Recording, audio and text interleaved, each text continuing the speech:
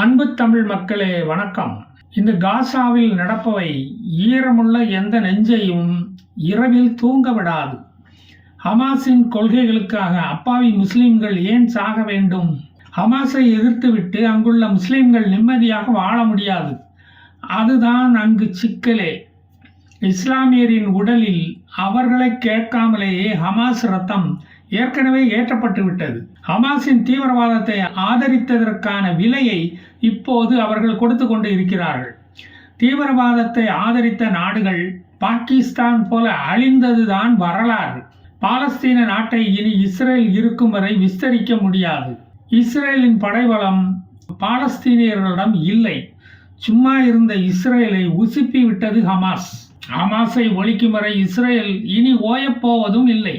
பலம் வாய்ந்த இஸ்ரேலை இனி இவர்களால் அழிக்கவும் முடியாது. அமெரிக்கா போன்ற வல்லரசுகளின் ஆதரவும் இஸ்ரேலுக்கு இருக்கிறது.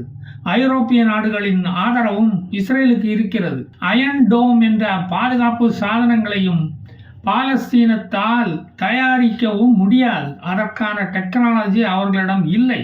ஹமாஸிடம் ஈரானின் பணம் இருக்கலாம், ஆனால் இஸ்ரேலின் அறிவு இல்லை.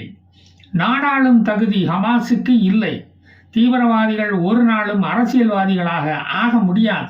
இஸ்ரேலை ஒரு நாடாக அங்கீகரித்துவிட்டு இருக்கிற நிலப்பகுதியை வைத்து பாலஸ்தீனியர்கள் நிம்மதியாக வாழ்ந்துவிட்டு போவதுதான் புத்திசாலித்தனம். தீவிரவாதத்தை ஆதரித்தவர்கள் அழிந்ததுதான் சரித்திரம்.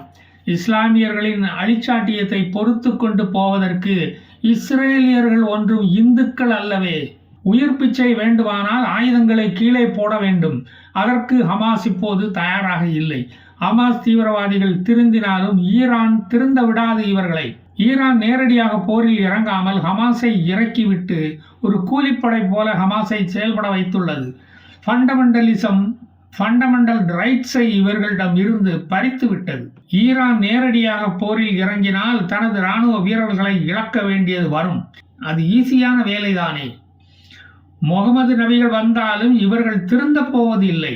இப்போது ஹிஸ்புல்லா, இஸ்லாமிக் ஜிஹாத் இவர்களுடன் அவசர ஆலோசனை போடுகிறது. ஹமாஸ் லெபனானில் கூட்டம் போட்டு கொண்டு இருக்கிறது. இப்போது இந்த 3 தீவிரவாத குழுக்களும் சேர்ந்து இஸ்ரேலை தாக்கப் போகிறார்களாம். இஸ்லாமியர்களை இந்த உலகில் வாழ தகுதியில்லாத ஒரு இனமாக மாற்றத்தான் இந்த முயற்சி நடக்கிறது. 1917 இருந்த இஸ்ரேல் அல்ல இப்போது உள்ள இஸ்ரேல். அதை அவர்கள் புரிந்து கொள்ள வேண்டும். யதார்த்த நிலையை புரிந்து கொண்டு செயல்படுவதுதான் புத்திசாலித்தனம். காசா நகரத்தின் ஒரு மாடி வீட்டின் மொட்டை மாடி பகுதியில் இருந்து எடுக்கப்பட்ட இந்த வீடியோ காட்சி நம்மளை இரவில் தூங்க விடவில்லை. ஒரு ஹாஸ்பிட்டலில் 500 பேர் ஒரே அடியில் ஏவுகணை தாக்கி மரணம் அடைந்து இருக்கிறார்கள்.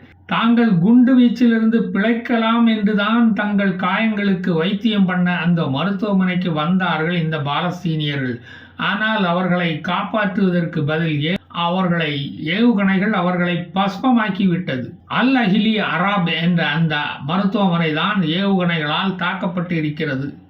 இந்த மருத்துவமனை காசா நிலப்பகுதியில் உள்ளதால் இந்த பழியை ஈஸியாக இஸ்ரேல் மேல் தூக்கி போட்டு விடலாம். ஏனென்றால் இறந்தது அத்தனை பேரும் பாலஸ்தீனியர்கள். இந்த ஏவுகணை மிஸ்ஃபயர் ஆனதை, தீவிரவாதிகள் போனில் பேசிக்கொண்டதை இஸ்ரேல் இராணுவம் ஒட்டு கேட்டு ரெக்கார்ட் செய்துள்ளது. இந்த ஏவுகணை இஸ்ரேலை நோக்கி ஹமாஸை போலவே உள்ள வேறொரு இஸ்லாமிய ஜிஹாதி குழு அவர்கள் விட்ட ராக்கெட் என்று தெரிகிறது.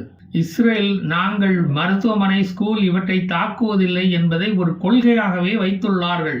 இஸ்ரேல் இராணுவ அதிகாரியும் இது சம்பந்தமாக ஒரு வீடியோவும் வெளியிட்டுள்ளார். அதில் யார் சொல்லுவது உண்மை என்று விசாரிக்க விசாரணை கமிஷனா போட முடியும்?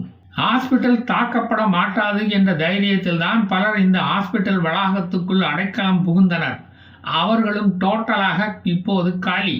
இஸ்ரேலுடைய ஏர் ஸ்ட்ரைக்கில் காயமடைந்த பலர் இங்கு ட்ரீட்மெண்ட் எடுத்துக்கொண்டு இருந்தார்கள்.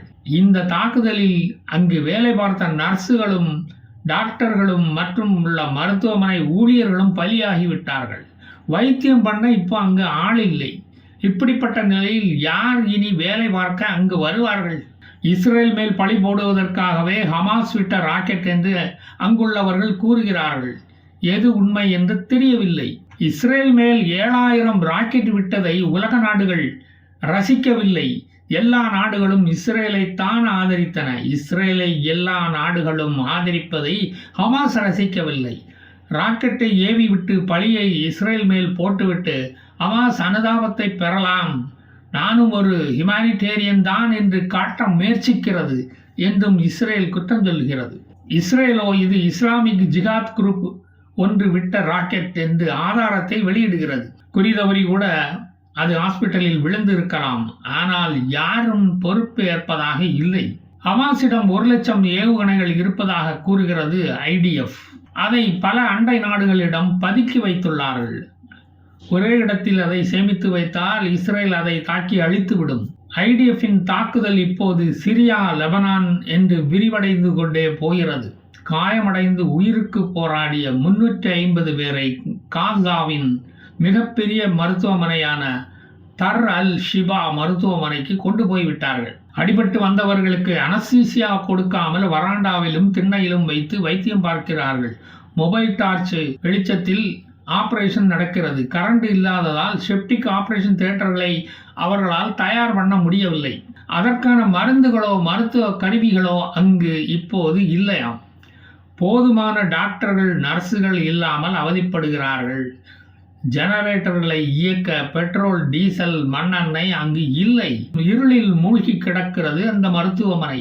வார் ஜோனில் சேஃப் ஹெவன் என்று நினைத்த மருத்துவமனைகள் அந்த தகுதியை இப்போது இழந்துவிட்டது. சேஃப் ஹெவனுக்கு வந்த பலர் பிணமாகி ஹெவனுக்கு போய்விட்டார்கள். அங்கு பிணமாகி கிடப்பதை பார்த்து உறவினர்கள் கதறி அழுகின்றனர். நமது மரணம் எப்போது என்று தெரியாமல் அவர்களும் கதறுகிறார்கள். மருத்துவ உதவிகள் ஈரானில் இருந்து வர முடியாது. ஜோர்டான், சிரியா எல்லைகளை இஸ்ரேல் கண்காணித்துக் கொண்டிருக்கிறது. ஒன்று அமெரிக்காவின் முயற்சியால் ஐநா மருத்துவ குழு உதவ வேண்டும், இல்லை என்றால் இஸ்ரேல் மருந்து பொருட்களை கொடுத்து உதவ வேண்டும். இஸ்ரேலுக்கே நிறைய மருந்துகள் தேவை இருக்கிறது.